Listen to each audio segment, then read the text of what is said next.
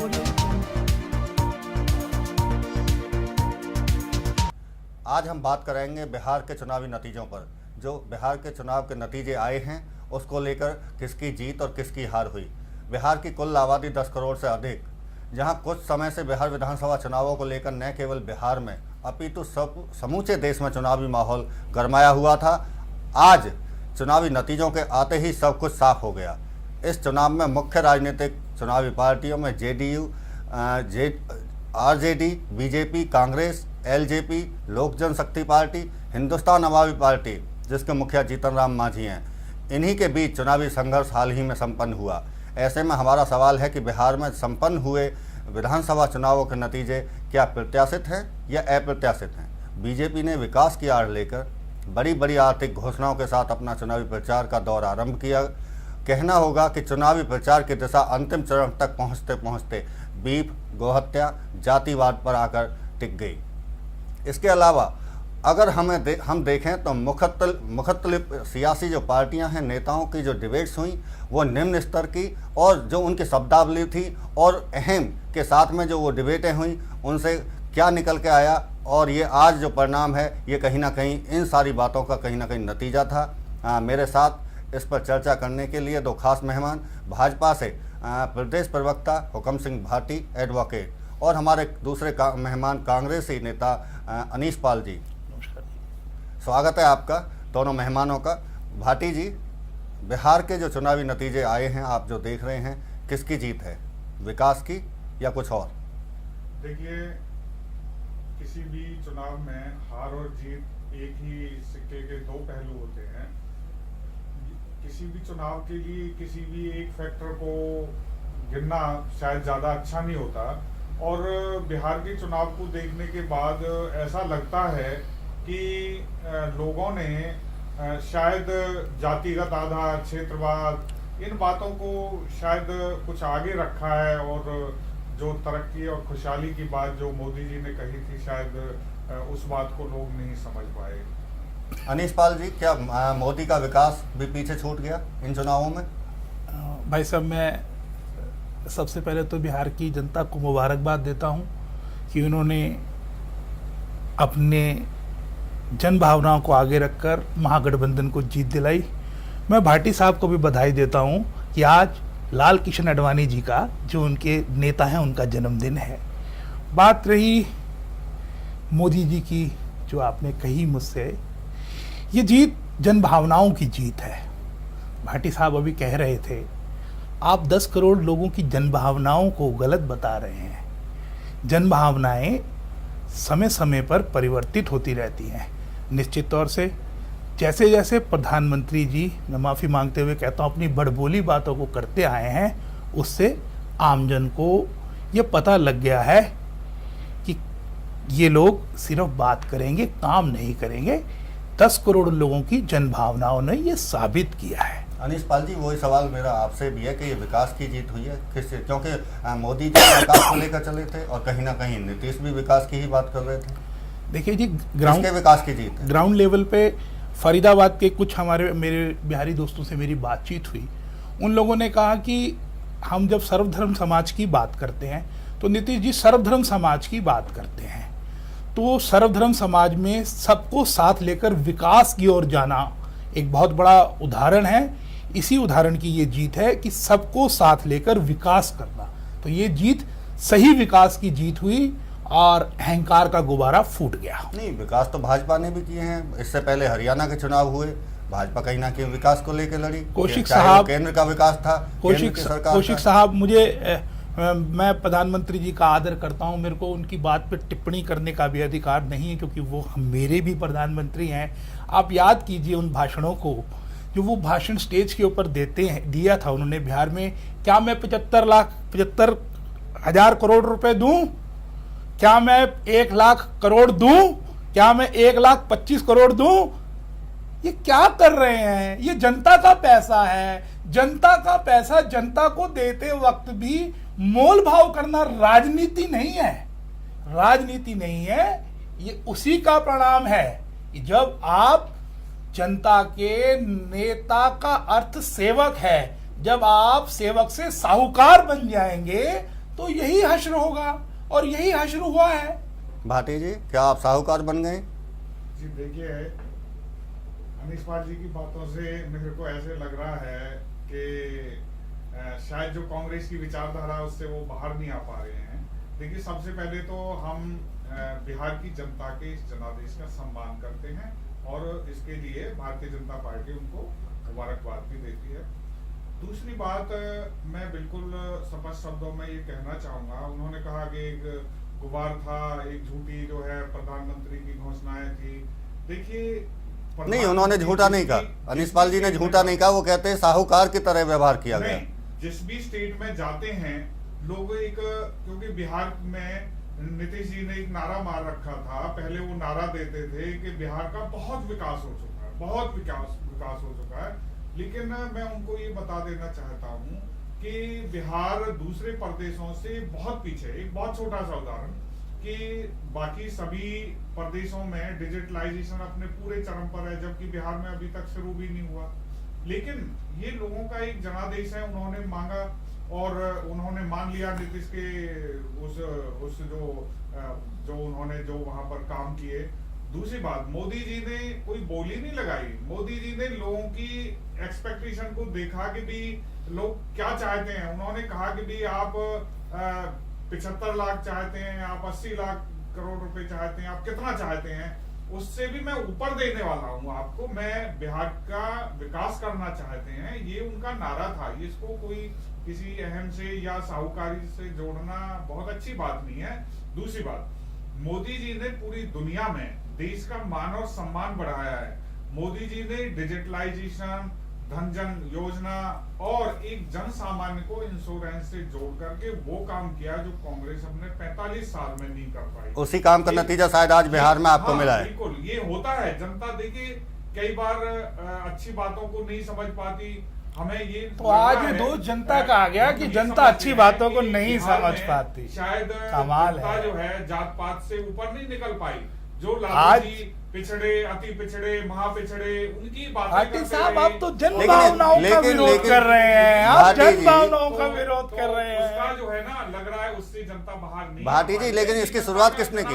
हम मानते हैं उसको। भाटी जी, आप ये बताएं, इसकी शुरुआत किसने की?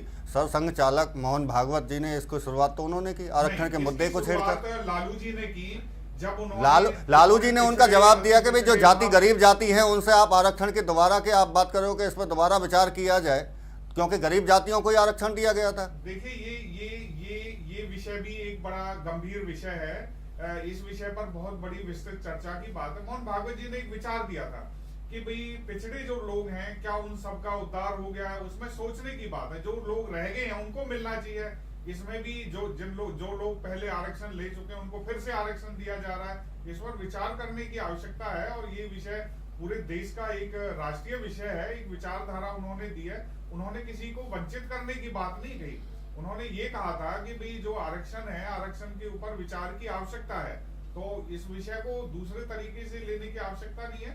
हाँ, बहुत सारे मुद्दे जो है इलेक्शन में चलते हैं, उनमें से ये एक मुद्दा हो सकता है, लेकिन इसके अलावा बहुत सारी बातें। तो अगर ये बात है तो जनता ने जो मोदी जी ने नारा दिया था कि भी देश मेक इन इंडिया की तरफ बढ़ रहा है, बिहार का भी उसमें एक बहुत बड़ा योगदान हो सकता है। लोगों ने उसको तवज्जो नहीं दी। तो ये लोगों का डिसीजन है, लोगों का फैसला है, हम उसका सम्मान नहीं, आप जो सरकार चला रहे हैं किसके लिए चला रहे हैं? इन लोगों के लिए, आम जनता के लिए चला रहे हैं। तो इसका मतलब कहीं ना कहीं आप पे तो दबाव बढ़ता है ना इस बात के कि जनता इसको स्वीकार नहीं कर रही है आपकी सरकार को, या आपके विकास के नारे को स्वीकार नहीं कर रही है। तो क्या इसमें कहीं ये देख रहे हैं आपकी कमी है और कहीं ना कहीं बदलने की जरूरत है? हम मानते हैं कि हमारे प्रचार प्रसार में कहीं कोई कमी रह सकती है। हम शायद जनता को वो सारी बातें नहीं समझा पाए और जो हम समझाना चाहते हैं वो कहीं कोई किसी तरह की कमियां रही होंगी। अनीस पाल जी, जहां हम बात कर रहे हैं फरीदाबाद से भी, यहाँ से भी भाजपा के बड़े नेता, विधायक, केंद्रीय मंत्री तक बिहार में गए, लेकिन बिहार का एक स्वरूप इस तरह का है कि वहाँ के जो लोग हैं जो यहाँ से बाहरी प्रचार करने के लिए जा रहे हैं वो शायद उनको नहीं समझ पाए। यहाँ भी खूब दावे किए गए, केंद्रीय मंत्री कृष्णपाल गुर्जर ने भी दावे किए हम जीत रहे हैं, विधायक जितने भी गए उन्होंने भी कहा हम जीत रहे हैं। तो किस आधार पर वो कह रहे थे इस बात को? देखिए कि जिस तरह हमारे माननीय विधायक जी, हमारे माननीय मंत्री जी वहाँ गए और हमें ये जीत मिल गई। ये उसी तरह है जिस तरह 15 लाख रुपए आए। अच्छा, आदत है भाई साहब, गलत बात कहने की आदत है, जन भावनाओं के विरोध में जाने की आदत है, बाहर नहीं निकल पाते, झूठे सपने बेचने की आदत है। जब जनता 10 करोड़ जनता के मान और सम्मान को दिखाने की कोशिश की तब आदत है। मैं अपने आदरणीय मित्र से पूछूंगा कि जो मोहन भागवत जी ने कहा, क्या भाजपा अब उस बात पे स्टैंड लेगी? क्या भविष्य में वो व्यक्तिगत आधार के आरक्षण पर जाएगी? क्या उनके पास इस क्वेश्चन का जवाब है? चलो, वो मेरे अच्छे दोस्त भी हैं, मेरे भाई भी हैं। मैं ये कहता हूं, क्या वो हिम्मत करेंगे ये लिख के बताने की कि आरक्षण की इस नीति को बदला जाए? मैं प्रथम दिन से ये कह रहा हूं, मेरा व्यक्तिगत कोई विरोध नहीं है प्रधानमंत्री जी के साथ, लेकिन मैंने हमेशा उनके चेहरे के ऊपर एक अजीब सा रंग देखा है। मैं माफी मांगते हुए कहता हूं, ये मेरा कोई वह नहीं, जिस तरह गिरगिट रंग बदलती है समय अनुसार, ऐसे माननीय प्रधानमंत्री जी रंग बदलते हैं। वो फरीदाबाद में आए तो जय जवान और जय किसान का नारा था। जब वो बिहार में गए तो उनके पास एक बहुत बेहतरीन नारा था, बोला कि 40 सीटें तो आपने हमें वैसे ही दे दी। तो भाटी जी कृपया आप उनसे पूछेगा कि 75 में से वो 40 कौन सी थी? क्या वो 40 थी जिसमें कांग्रेस के कैंडिडेट खड़े हुए थे? बेमतलब हमेशा झूठ को झूठ बोलना, झूठ को झूठ बोलना, झूठ को झूठ बोलना। और अनीश पाल जी, मैं बात अभी भाटी जी से भी पूछूंगा इसकी। हालांकि आप विपक्षी पार्टी से हैं, कांग्रेस से हैं, इसकी कहीं ना कहीं रणनीति भाजपा की जो रही चुनावों में बिहार के में, कौन सी दोषी रही, कौन दोषी रहे इसमें? नेता दोषी रहे, रणनीतिकार जो थे वो दोषी रहे, कौन दोषी आपको दिखता है सबसे ज्यादा? मेरे हिसाब से भाई साहब, इसमें सच उजागर हुआ, सच सामने आया। जो झूठ आम जन से बोला गया था, जो बड़े बड़े झूठे सपने दिखाए गए थे, उसकी तस्वीर खुल गई। 18 महीने की सरकार है आज बीजेपी की। हमारे माननीय मित्र कह रहे हैं कि इंटरनेशनली जाके माननीय मोदी जी ने अपना समय व्यतीत किया। मैं माफी मांगते हुए कहता हूं, उन्होंने निश्चित कर रखा है वो ग्लोब को नहीं मानते हैं। जब तक वो उस देश को जाके खुद छू के नहीं देखेंगे, वो उस देश को नहीं मानते हैं। बात रही कि हुआ क्या हुआ, वही सच्चाई। आप कौशिक जी एक बार अच्छी बात करके किसी का मन मोह लेते हैं। प्रधानमंत्री जी एक बहुत अच्छे वक्ता हैं, इसमें कोई शक नहीं, लेकिन उनकी कार्यशैली क्या है, ये दिल्ली ने उनको जवाब दिया। उनकी कार्यशैली क्या है, ये बिहार ने उनको जवाब दिया। उनकी कार्यशैली क्या है, ये जम्मू कश्मीर ने उनको जवाब दिया। जब जिस पक्ष के ऊपर वो बोलते थे, जम्मू कश्मीर के ऊपर उन्होंने ये बात बोली कि आज की डेट में हम बाप बेटी की सरकार के अंदर एक्नॉलेजमेंट नहीं करेंगे। और जब सिद्धांत के ऊपर बात करने की बात आई, जो राजगद्दी जिसे कि हम सेवा का मार्ग मानते हैं, उसको सेवा की जगह उस पर बैठ के अपनी इच्छाओं को पूरे करने की बात आई, तो उनके साथ गठबंधन करके सरकार बनाई। और मैं दावे के साथ ये कह सकता हूं, आज ये बात सुनने में बहुत खराब लगेगी और ये हो भी नहीं सकता, क्योंकि इलेक्शन 5 साल बाद फेस ही करने होते हैं। तो मेरी बात को भाटी जी आप माने, आप और हम हरियाणा के वासी हैं, आप आज हरियाणा में इलेक्शन करवाएं, आपकी हालत दिल्ली से भी बुरी होगी। क्यों? स्वच्छ भारत अभियान के ऊपर आप क्या करते हैं या क्या नहीं करते हैं सरकार में, हम दोनों उस बात को जानते हैं। अनीश पाल जी, अभी आपने हरियाणा की बात करी, उससे पहले इनके जो सहयोगी हैं महाराष्ट्र में एनसीपी ने भी कहा है कि भाई अगर शिवसेना ने कि अगर आज चुनाव करा लिए जाए महाराष्ट्र में तो यही बिहार जैसे नतीजे वहाँ भी देखने को मिल सकते हैं। भाटी जी, मैं आपसे पूछना चाहता हूँ, जब नरेंद्र मोदी वहाँ रैली कर रहे थे बिहार में और कई जगह जब वो गए तो उन्होंने लोगों से पूछा, वहाँ की जनता से पूछा कि भाई आपके यहाँ क्या आपको बिजली मिली, लेकिन वहाँ मोदी जी ने या वहाँ के जो स्थानीय नेता थे उन्होंने मोदी जी को नहीं बताया कि वहाँ पहले से ही 18 घंटे या 20 घंटे बिजली मिल रही थी। लेकिन ये इस तरह के झूठ, एक उदाहरण आपने पहले फरीदाबाद में भी देखा कि फरीदाबाद की रैली में मोदी यहाँ भी इसी तरह से कुछ जो जनता को हजम नहीं हुआ या समझ में नहीं आया कि भाई हम यहीं नहीं रुकेंगे, इस मेट्रो को बल्लभगढ़ तक लेके जाएंगे, जबकि मेट्रो बल्लभगढ़ पहले ही पहुंच चुकी थी। वही हाल करीब करीब इस तरह का ही बिहार में भी देखने को मिला कि जहां बिजली पहले से 18 से 20 घंटे मिल रही है, वहां वो लोगों से पूछ रहे हैं कि भाइयों आपको क्या बिजली मिली। देखिए, सबसे पहले तो मैं अपने कांग्रेस के साथी भाई अनीश पाल जी को ये बता देना चाहता हूँ कि जहां आप गिनती दिल्ली और बिहार की कर रहे हैं, आप मोदी जी की लीडरशिप में आप झारखंड को देखिए, हमने सरकार बनाई, हमने हरियाणा में सरकार बनाई, हमने जम्मू कश्मीर में हमने सरकार बनाई, उन्हीं की लीडरशिप में सरकारें बनी हैं। दूसरी बात, ये इलेक्शन का हारना और जीतना कोई राजनीति के लिए बहुत बड़ा विषय नहीं है, ठीक है, इस पर चिंतन और मंथन की आवश्यकता है। लेकिन आप तो कांग्रेस मुक्त भारत की, मैं आपको ये बता देना चाहता हूं कि मोदी जी की लीडरशिप में देश ने वो तरक्की की है जो 45 साल के शासन में कांग्रेस नहीं करा पाई। फिर बिहार क्यों नहीं, फिर फिर बिहार क्यों नहीं जीत पाई आप? भाटी जी ठीक कह रहे हैं, उन्होंने वो तरक्की की है जो बिहार में नजर आई। 10 करोड़ लोगों की जन भावनाएं ने बताया कि कितनी तरक्की की है। पैसा उसको नहीं मिलता था, आज 2 लाख रुपए का उसका इंश्योरेंस है। और बेटी बचाओ बेटी पढ़ाओ, आज देश में क्या लिंगानुपात है वो भाई अनीश पाल जी को तब पता लगेगा। भाटी जी आपकी सारी बात, आपकी सारी स्कीमें केंद्र सरकार की बहुत अच्छी हैं और उनको प्रचारित भी बहुत अच्छे तरीके से किया गया है। भाटी जी, मोदी जी पूछते थे कि क्या बिजली मिली, इसका अर्थ ये है कि वो ये जानना चाहते हैं कि जो ये समस्याएं, बिजली हमारे टॉप प्रायोरिटी पर है, बिजली और सड़क, क्योंकि देश की तरक्की और खुशहाली में इन 2 चीजों का बहुत योगदान है। मोदी जी ने देश को हाईवेज, अटल जी के समय के हाईवेज हैं जिसका क्रेडिट कांग्रेस ने लिया। मेट्रो दिल्ली की अटल जी के समय की देन है जिसका क्रेडिट कांग्रेस लेना चाहती थी। तो अपने मोदी जी ये चाहते हैं कि ये 2 सुविधाएं देश में, पूरे देश में हो। अभी उन्होंने कहा है कि हमारे, चाहे वहां पहले से वो सुविधा हो, मैं ये बता देना चाहता हूं, नहीं, जहां बिजली पहले से 18 से 20 घंटे मिल रही हो वहां भी आप जाके पूछते हैं कि क्या बिजली मिली आपको, कहां तक सही था? बिजली से जोड़ देंगे, इसलिए उन्होंने पूछा है। दूसरी बात, मैं अगर हरियाणा की बात करूं, वो फरीदाबाद में आए थे मेट्रो की, देखिए योजनाएं बनती है, उन्होंने बिल्कुल कहा कि भाई इसको रुकने नहीं दिया जाएगा। ठीक है, पहले सैंक्शन थी, काम शुरू हो रहा है, उन्होंने कहा इस योजना को रुकने नहीं दिया जाएगा, अंतिम छोर तक ले जाएंगे। तो ये एक किसी भी समस्या के भी उन्होंने मुंह नहीं मोड़ा।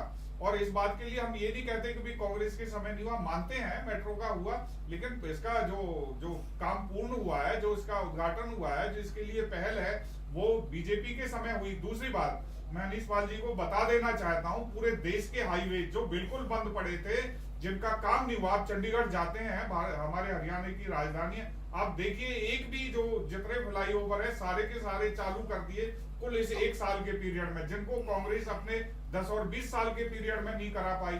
ये भारतीय जनता पार्टी की काम करने की वो है, केवल बिहार से या दिल्ली से भारतीय जनता पार्टी की कार्य प्रणाली को ना आका जाए। जिस बिहार से देश की राजनीति पे असर चलती है, उनसे भी ना आका जाए। राजनीति पे असर पड़ता हो, केंद्र की राजनीति पे असर पड़ता हो, अगर वहां भाजपा हार रही है। अनीश पाल जी आपके कामों की भी तारीफ कर रहे हैं भाटी जी, आपने भी काम किए हैं, वो जैसा कह रहे हैं। ऐसा है लेकिन जो बिहार में हुआ है, जो बिहार में हुआ है, क्या भाजपा के साथ सही हुआ है? मैं आपको विनती करते हुए बताता हूँ, 10 साल में आज आप आम जन की हरियाणा से पूछ के देखें, आज हम अपने दोस्तों से, आम जनों से, अपने साथियों से पूछते हैं कि आपने हरियाणा में हमारी सरकार को रिपीट क्यों नहीं करवाया, तो वो बोलने लगे कि हम एक भ्रम की स्थिति में पैदा हो गए थे। जिस तरह सूरज को ढकने के लिए थोड़ी देर के लिए वहां एक बादल आ जाता है और सूरज की रोशनी कम हो जाती है, इसी तरह का आडंबर माननीय प्रधानमंत्री जी ने फैलाया और वो सूरज से ढकावट आ गई। आज दिल्ली के बाद बिहार, मुझे तो भाटी साहब आप परेशान हो रहे हैं। जी बिल्कुल, हम बात करेंगे, दोनों मेहमानों से बात करेंगे। भाटी जी, जिस तरह से एक जो चर्चा चल निकली है, वहां से RK सिंह और शत्रुघ्न सिन्हा, 2 आपके सांसद, आपके ही विरोधी के रूप में काम कर रहे थे वहां। देखिए, भारतीय जनता पार्टी में किसी को विरोधी कहना अच्छी बात नहीं है।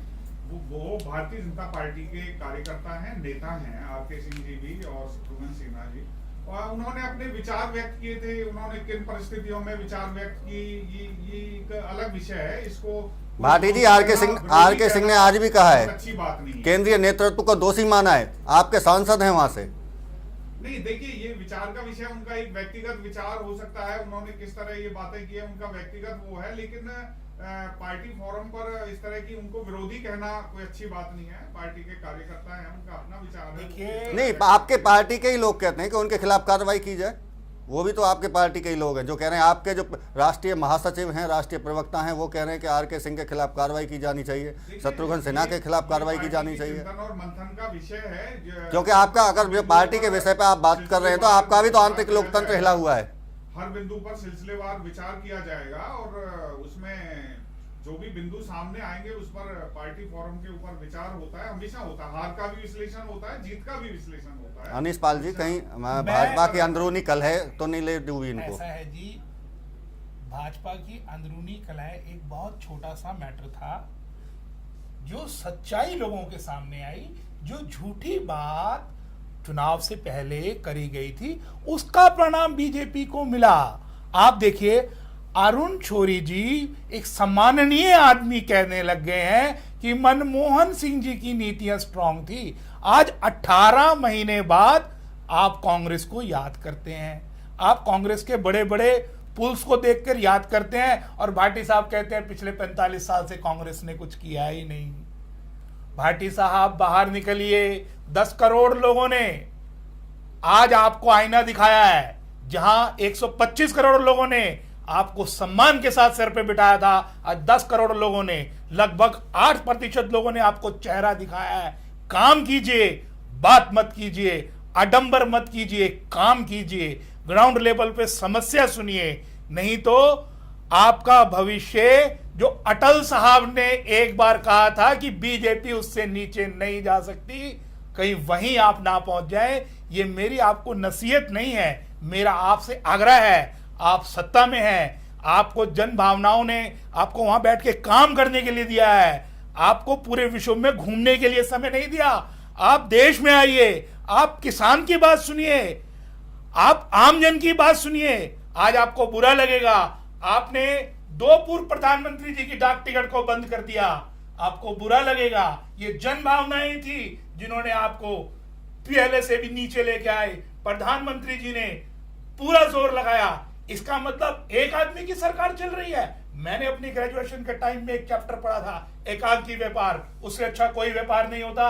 एक ही आदमी दाल को पैक करता है, एक ही आदमी दाल को बेचता है, एक ही आदमी उसको साफ करके ले लाता है। ये देश है, इसमें एक आदमी की बात नहीं चलेगी। आपको जनता ने सम्मान दिया है, आप उस सम्मान की रक्षा करें। अनीश पाल जी, भाटी जी, अभी अनीश पाल जी ने एकांकी व्यापार की बात की, और आप बात करते हैं कांग्रेस मुक्त भारत की, तो आप बढ़ रहे हैं क्या उस तरफ? देखिए, मैं बिल्कुल ठीक, अनीश पाल जी बिल्कुल ठीक कह रहे हैं, क्योंकि कांग्रेस जो है एकांकी व्यापार चलाती है। एक ही परिवार का राज पूरे देश में चल रहा है, उसी के आगे पूरी कांग्रेस नतमस्तक है। जो वरिष्ठ कांग्रेसी हैं, वो जो इनके राजकुमार हैं राहुल जी, उनको नकारते हैं, लेकिन सामने जब आते हैं तो मिमियाते हैं। ये कांग्रेस की कार्य प्रणाली है, वहां एकांकी व्यापार चलता है, एकांकी काम चलता है। वो बिल्कुल ठीक कह रहे हैं, उन्होंने ठीक से पढ़ा है और उसका विश्लेषण भी ठीक किया है। दूसरी बात, मोदी जी की वर्किंग में देश का बिहार, केवल कांग्रेस के पास एक बिहार है और कांग्रेस की उपस्थिति बिहार में नग्न है। पहली बात तो ये बात विचारनीय है। कांग्रेस की नहीं 50% से ज्यादा की स्ट्राइक रेट है कांग्रेस की स्थिति इन सारी सीटों में कितनी सीट, 243 में कांग्रेस 42 पे लड़े हैं, वो 21-22 सीट जीत रहे हैं, 21-22 सीट नहीं 42 पे लड़े हैं, जिन सीटों पे लड़े हैं। सम्मान करना सीखें। दूसरी बात, जब तक आप जन भावनाओं का सम्मान नहीं करेंगे, आप जहां कांग्रेस मुक्त भारत की बात करते हैं, ये देश मोदी मुक्त हो जाएगा, और जिस दिन ये देश मोदी मुक्त हो जाएगा, उस दिन ये मोदी जी की कार्य प्रणाली को गलत ठहराने की कोशिश करते हैं। जो आज का 65% युवा है, युवा को काम चाहिए, युवा को रोजगार चाहिए। तो क्या वो नहीं, क्या 10 करोड़ लोगों ने बिहार में, अनीश पाल जी सुन लेते हैं अनीश पाल, रिजल्ट्स आने वाले समय में दिखाई देंगे। आज कांग्रेस को कुछ दिखाई नहीं दे रहा है, कांग्रेस को सत्ता की भूख सता रही है, क्योंकि सत्ता से बाहर है, और इसीलिए अनाप शनाप राहुल जी भी बातें करते हैं, कांग्रेस के वरिष्ठ लोग भी वही बातें करते हैं। उनको अगर आप स्टेट वाइज हम अवलोकन करें, उसका विश्लेषण करें, मुझे लगता है भाटी जी अभी भी ये सोच रहे हैं कि बिहार में चुनाव कल है। नगने आती है। आज भी भाटी जी ये सोच रहे हैं कि बिहार में चुनाव कल है, फिर तो चुनाव के परिणाम आ चुके हैं मेरे दोस्त। उनके सबका आप आज निकाल भी दिया, उसको आप कोई इतनी बात कांग्रेस अनीस पाल जी बिहार के नतीजे आ चुके हैं तकरीबन। आप क्या इसकी जो नतीजे आए हैं बिहार के, कहीं ना कहीं हरियाणा पे भी इसका असर पड़ता देख रहे हैं आप? क्योंकि भाजपा ने यहाँ भी कुछ चुनावों को लेकर कांग्रेस मुद्दे उठाती रही है कि चुनावों को, जो पंचायत के चुनाव या निगम के चुनाव होने थे, उनको लेट करने की कोशिश की गई भाजपा की तरफ से। क्या यहाँ भी वही असर देखने को मिलेगा? मेरे आदरणीय मित्र कह रहे हैं, अभी भी ये कांग्रेस की बात कर रहे हैं। पहले तो मैं इनको ये बताना चाहता हूँ कि चुनाव वहां हो चुके हैं और चुनाव के रिजल्ट आ चुके हैं जी। हरियाणा पर क्या फर्क पड़ेगा? हरियाणा पे उसका बहुत भारी फर्क पड़ेगा दोस्त, क्योंकि जो जनसम्मान हरियाणा के लोगों ने बीजेपी को दिया था, ये उस पर बिल्कुल खरे नहीं उतरे पंचायत के चुनावों के लिए और इन सब के लिए, क्योंकि इनको पता था कि इन्होंने उस चुनावों में हारना है। ये उसको डिले की एक नीति में लेते चले गए। आज देखिए इनको बिजली के बिल कम करने पड़ गए, क्योंकि माननीय भूपेंद्र सिंह हुड्डा जी, अशोक तंवर जी, कांग्रेस के सभी लोगों ने उसके खिलाफ प्रदर्शन किया। कपास के ऊपर, खेती के ऊपर।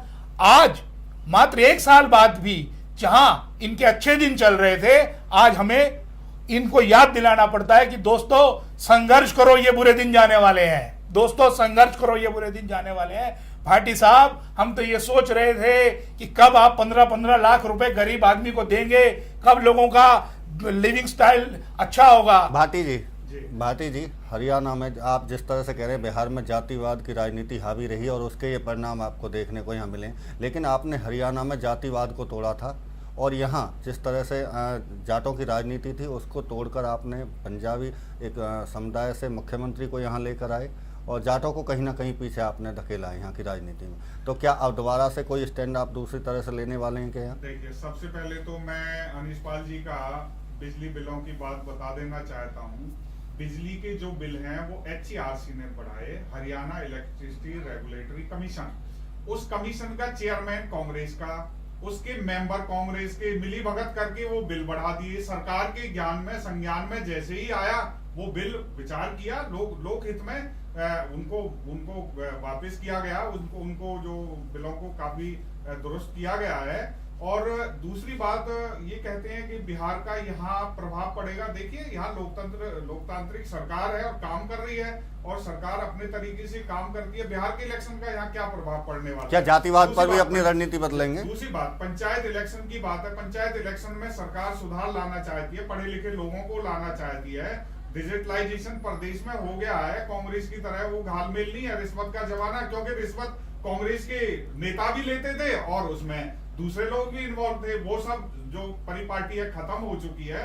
और दूसरी बात यह है कि जो भारतीय जनता पार्टी का प्रदेश का विकास, चहुमुखी विकास करना चाहती है, कांग्रेस कहती है अब इलेक्शन करा दो। अब इलेक्शन कैसे हो जाएंगे? इसका मतलब वो संविधान को नकारते हैं। भाई साहब, जनता पार्टी अब हम लोग वहां से बात करते हैं। बिहार, फरीदाबाद में बिहार के बहुत सारे लोग रहते हैं। दूसरी बात ये रही, अभी इन्होंने बोला रेगुलेटरी बोर्ड के चेयरमैन कांग्रेस के लोग हैं। अरे भाई, 1 साल से आपकी सरकार है, एक आदमी वहां चेयरमैन बैठा है। अगर बिजली के बिल बढ़ गए तो वो कांग्रेस ने बढ़ा दिए।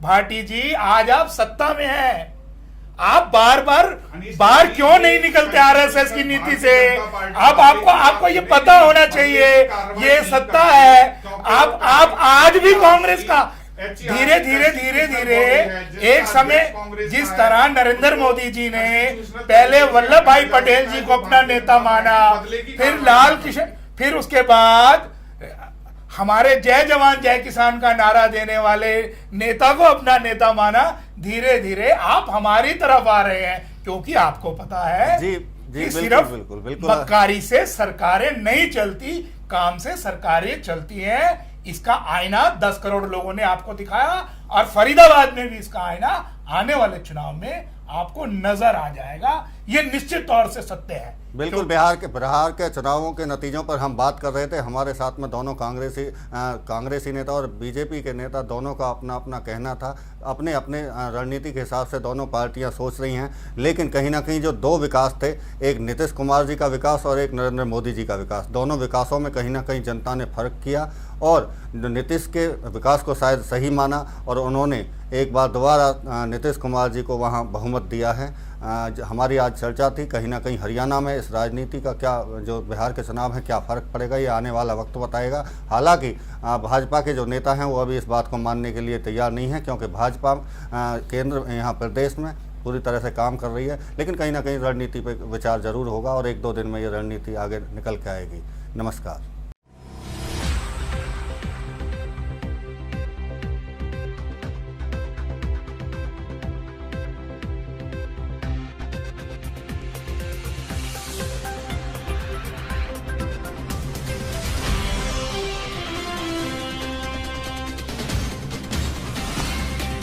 ये है लाइव न्यूज नेटवर्क और आप देख रहे हैं लाइव एक्सप्रेस 24/7 ऑनलाइन चैनल।